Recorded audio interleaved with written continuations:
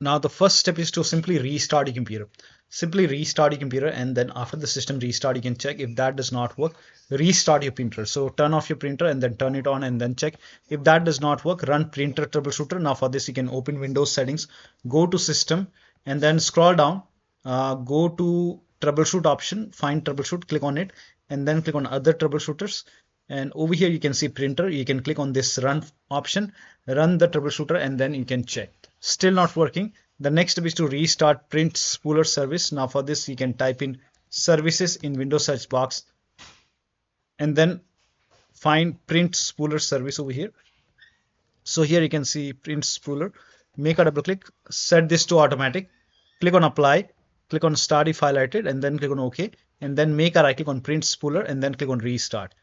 And once this is done, now you can check. If that does not work, the next step is to stop print spooler service. So make a double click, you can stop it,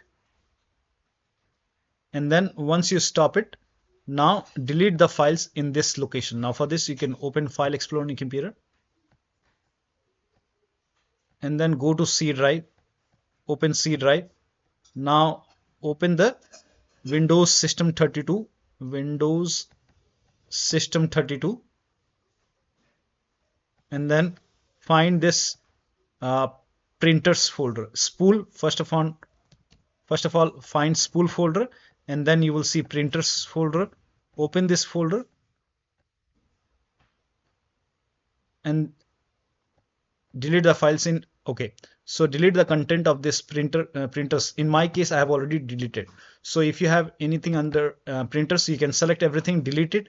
Once you delete it, now you have to restart the service. Go back and then go to, you can type in services in Windows search box, find print spooler, and then you can start it.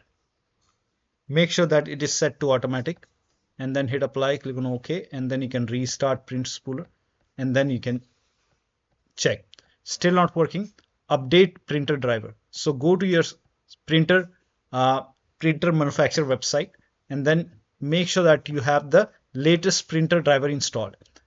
If you can install the latest printer driver. If that does not work, you can uninstall the current driver, and then you can install the latest version of the driver from the printer manufacturer website. For example, if you have a Canon printer, you can go to Canon official website, and you can type in the name of your model number over here, and then you can search for driver. If you have HP printer, you can go to HP website, go to the official website, and find you can type in the name of your model over here, and then you can search and you can find the driver and then install it.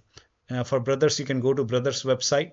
If you have Epson printer, go to Epson website, install the latest printer driver, and then restart your computer, and then try to connect to your printer and then check. So one of the steps shown in this video should help you to fix the error. So that'll be all. Thank you so much for your time, and please like this video and subscribe to my channel.